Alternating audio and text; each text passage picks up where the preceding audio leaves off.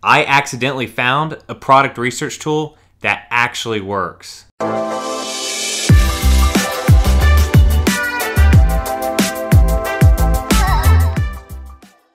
What's going on, guys? I'm Braden Wirch. If this is your first time to my channel, make sure you hit subscribe. I continue to over-deliver insane value to you guys every day to grow you personally and financially as well. All right, guys, so I accidentally found a product research tool that actually works. And not only is it great for product research, but it will also show you great examples of top performing Shopify stores. So what happened was I was selling one of my old tester stores on the Shopify exchange about a month ago. And so as I have it up on the exchange, I start getting a lot of requests from potential buyers wanting profit and loss statements, wanting to know more about the brand, the store. I actually had a blog attached to it, so they're trying to look into that. So they were definitely potential buyers. But then at the same time, I had a lot of people asking to see the exact ad copy of my winning products. I had people wanting to know my ad strategy, not asking anything about any profit loss statements, anything like that a normal buyer would ask. So all of a sudden it clicked with me that there's a lot of people on the Shopify exchange doing product research, and they're trying to go ahead and steal and look into the top performing stores that are on the Shopify exchange. So then what I did is I went through the Shopify exchange and I looked at a lot of stores that were for sale, but they had a lot of very, very winning products that I knew of. I actually knew these products were winning products. Either I had sold them on my store, I knew someone that had them on their store that were doing very well. And so it clicked with me that this is a great product research tool. And not only that, it can give someone who is a beginner in dropshipping great examples of winning stores and top performing stores. Now, before we get into it and I actually show you how to use the Shopify exchange for product research, you might ask, well, if these are winning stores, why would someone be selling them? Well, there's a couple reasons. One, it could be that they found enough winning products in a certain niche that they then took that niche and niche down from there. Just like I've taught you guys before, if you've got a mid-level or general store, you find enough winning products in a certain niche, you'll want to niche down. So they might have done that, and rather than compete with themselves on two different stores, they put their focus on the main niche store. And that's exactly what I've done, exactly what I've told you guys to do. Other reasons are, they weren't good at advertising for a long period of time. They didn't know how to really scale. They didn't know how to tap into email marketing. They started a whole nother business, or they're trying to get the capital for another business. So there's so many reasons they could be on the Shopify exchange. With that being said, they could be on the Shopify exchange because they just aren't profitable anymore. Maybe they had a winning product and it was one winning product, they tapped it out, and that was it, which could very well be the case. But at least this gives you guys examples of winning products with examples of very top performing stores. So I'm going to go ahead and actually show you how this works. So let's go ahead and jump onto the computer. All right, guys, so this is the Shopify exchange. So if you haven't seen this before, you can get this either through an app on your Shopify store, or you can actually Google it.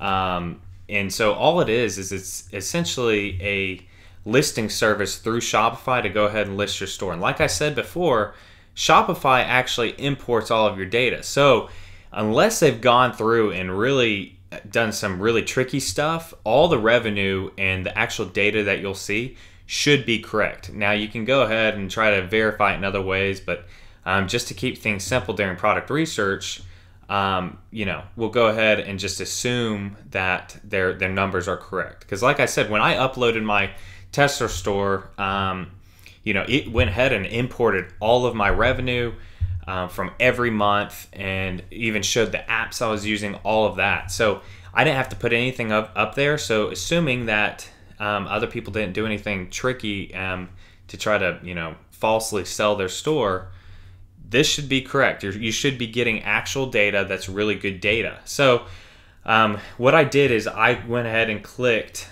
first you'll want to click categories and click dropshipping. And so it'll bring you to this page right here. And what I did is I clicked on average monthly revenue above 10,000.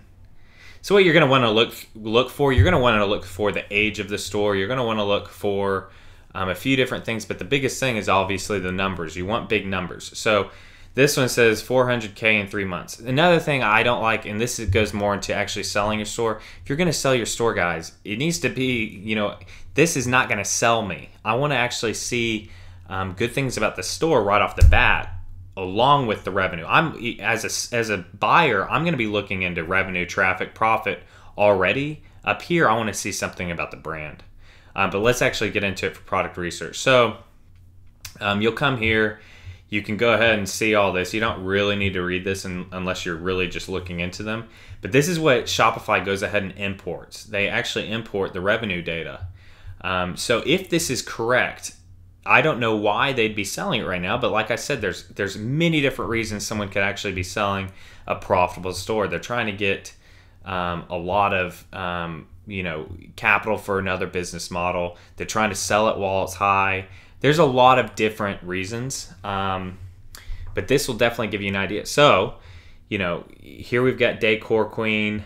They've got a lot of, pretty nice products on here. So what you'd want to do is you want to find their best-selling area. So, if they've got something like Sales Pop, you'd keep seeing the same product pop up.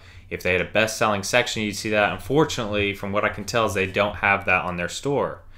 So, this is giving you at least a ballpark of what could potentially be selling, an example of a profitable store, or at least a store doing high revenue numbers.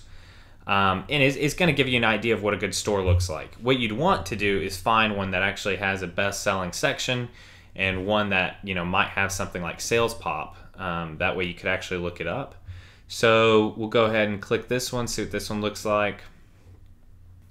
All right, so they have an average profit per month. They're saying $6,000.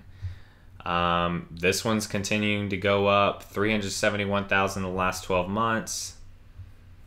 It's not bad. We'll go and take a look at their website. All right, so this one's actually in French. And so this goes back to what I've told you guys before. Don't just sell to the United States, guys. The whole power of dropshipping is that you can do this around the world. You can sell all around the world. So I don't even know what this is. But, right here, this looks like it's going to be a general store. There's definitely a general store. So what I would do here is I would be looking on the Sales Pop. See, if something keeps popping up quite frequently, go and be looking at that. And what I've been seeing is a lot of these right here. They've actually got it. Yes, so this cooking pan is what's selling a lot right now. So that would be something to test. If you've got a general store or a store in home decor, kitchen, anything like that, I would go ahead and test that. Find that on AliExpress and test it. So now you can see where the power is in actually looking through these stores that are selling. When I discovered this tool, guys, it blew me away that I hadn't thought of this before, because this is frankly now one of my favorite ways that I'm going to recommend to people to get into, because this is genius. Honestly, it really is. It's a way to do two things. Like I said, see good store design and see products that are actually selling. This is a store right here that I remember popping up and seeing their ads for a few months ago. I actually had a buddy tell me to look at this store.